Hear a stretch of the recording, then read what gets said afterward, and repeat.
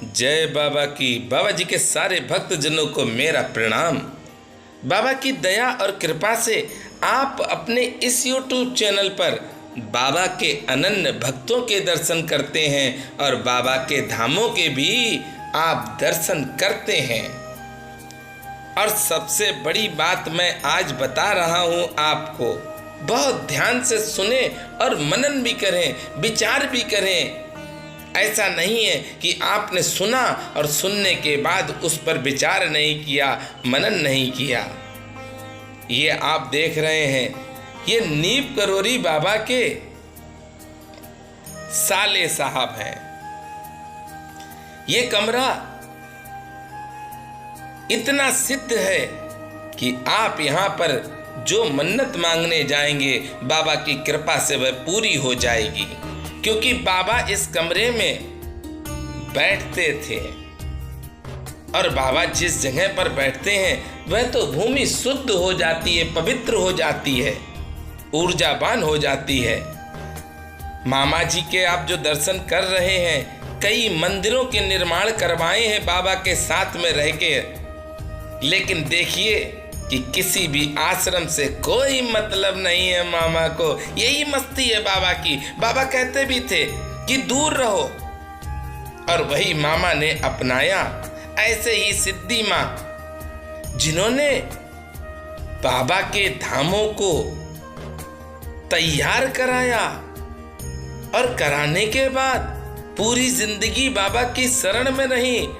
पर देखिए कि जब शरीर छोड़ने का समय आया तो सिद्धि माँ ने कैंची आश्रम त्याग दिया। ये बहुत बड़ी सीख है। इस सीख को आप बड़े ध्यान से रात में मनन करें कि क्यों छोड़ा है, क्यों ये लोग ट्रस्टी नहीं हुए हैं। सब कुछ जवाब आपको मिल जाएंगे। जैसे रामचरितमानस आप पढ़ेंगे तो हर बात का जवाब रामचरितमानस में मिलेगा। आप अपना प्रश्न रखें, रामचरितमानस तुरंत आपको उत्तर दे देगी। ऐसा ही प्रश्न और उत्तर मैंने आपको दे दिया। चलिए मामा क्या कह रहे हैं वह सुनिए, क्या क्या बताया मामा ने वह सुनिए, कैसे हमें पूजा करनी है वह सुनिए। ये वो बनवा के लाए थे, वो उनको ले जा रहे थे, तो मैंने जबरिया आश्रम में रोक ली। वृंदावन मैंने जाने नहीं दी, ताले बंद करके चाबी लेके बैठ गया। उनने बहुत कहा मुझसे कि हम तेजो में नहीं ये नींव करोगी लगी, माँ नहीं जाएगी।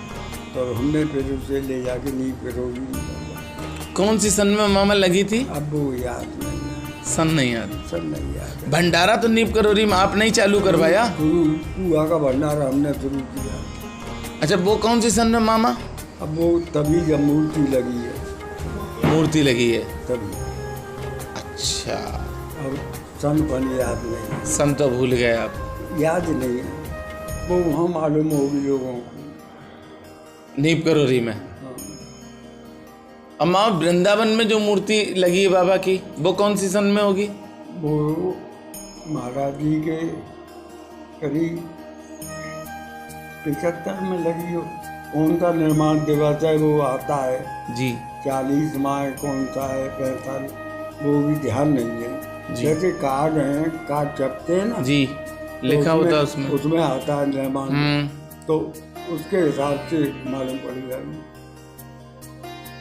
मामा मूर्ति आपने लगवाई कहाँ कहाँ है? एक नीम करोरी, एक वृंदावन वाली जयपुर से बनवाई थी। हाँ।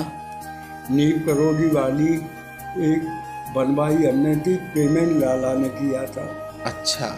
सीताराम ने। सीताराम कहाँ के थे मामा? ये ग्वालियर का था। अच्छा।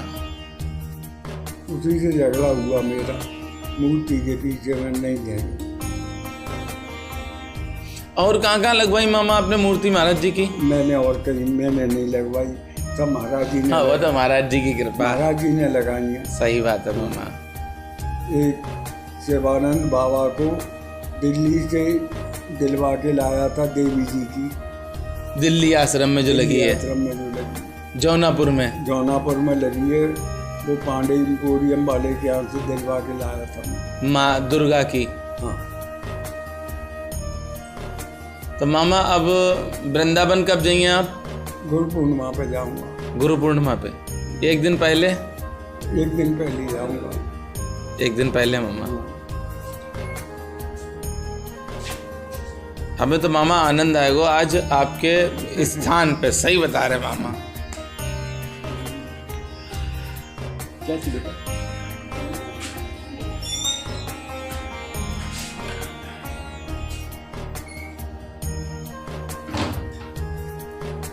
मामा बाबा रुके, जब बाबा नीप करोरी महाराज यहाँ पे आते थे तो रुकते कितने कितने दिन थे अपनी ससुराल में?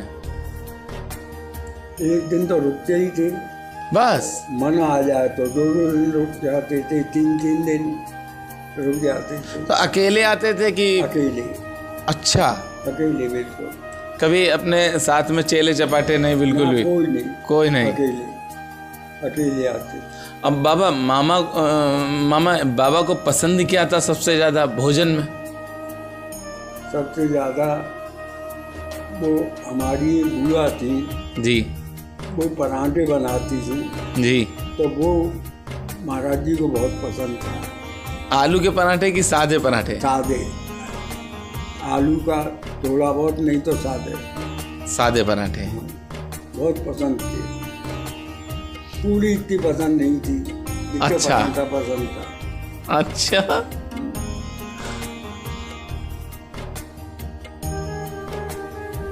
अब मामा दाल बाटी बाटी कभी बनवाई नहीं हुई बाबा ने? ना।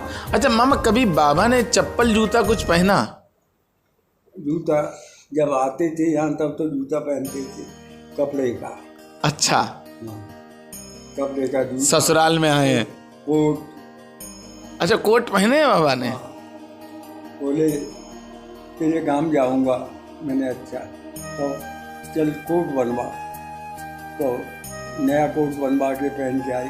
हो सकता है वो अभी भी रखा हो घर पे, वहाँ गोकुलपुरी में। अच्छा, आगरा वाले में मामा? हैं? आगरा वाले में? आगरा वाले मकान में रखा हूँ।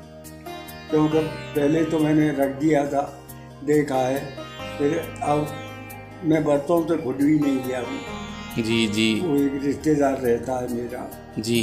सुबह उसका टेलीफोन आया था। जी। कपड़े का जूता पहन के।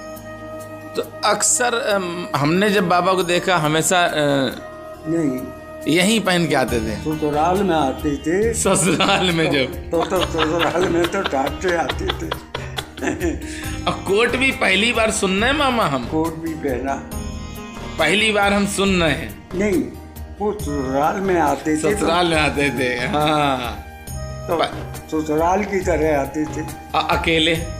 अकेले, कभी किसी के साथ नहीं? किसी को अब मामा जैसे कैंची रहे, वृंदावन रहे, तब बाबा कैंची में रहे, वृंदावन रहे, तब क्या पहना बाबा ने?